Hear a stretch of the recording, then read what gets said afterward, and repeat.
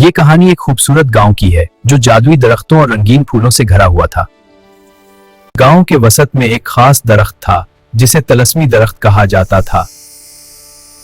Fluffy, जो हमेशा नए राजों की तलाश में रहता था, एक दिन तलस्मी दरख्त के बारे में सुना। उसने फैसला किया कि वो इस दरख्त का राज जानकर अपने गांव के लोगों की मदद करेगा।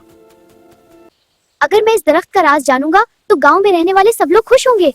फ्लाफी ने गांव के बाहर के जादुई जंगल का रुख किया। सफर लंबा और मुश्किल था, मगर फ्लाफी को अपने ख्वाबों और इरादों का यकीन था।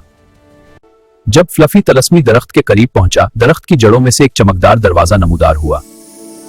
फ्लफी हिम्मत करते हुए दरवाजे में दाखिल हुआ और एक रोशन दुनिया में कदम रखा। इस दुनिया में दरख्तों के पत्तों पर रंगीन रोशनी चमक रही थी और हवा में खुशबू की मिठास छाई हुई थी। फ्लफी, इस जादुई दुनिया में खुशामदीद। मैं एक पुराना हकीम हूँ और तुम्हारी रहनुमाई करूंगा। तुम वो खरगोश हो जो दरख्त का राज जानने आया है, लेकिन याद रखो, इस राज का इल्म बहुत बड़ी जिम्मेदारी के साथ आता है।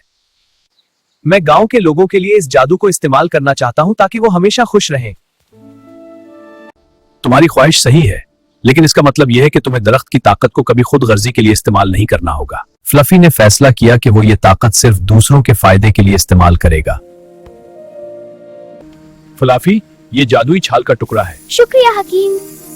फ्लफी ने जादुई ताकत को अपने साथ लेकर गांव वापस आकर उसका इस्तेमाल शुरू कर दिया। गांव के लोग खुश हो गए, फसलें ज्यादा उगने लगी और चांदनी रातें और भी हसीन हो गईं। ये जादू अब गांव के हर कोने में फैल गया है। फ्लफी ने अहद किया कि वो इस जादुई ताकत का इस्तेमाल हमेशा लोगों की खुशी के लिए करेगा और वो कभी नहीं भूलेगा।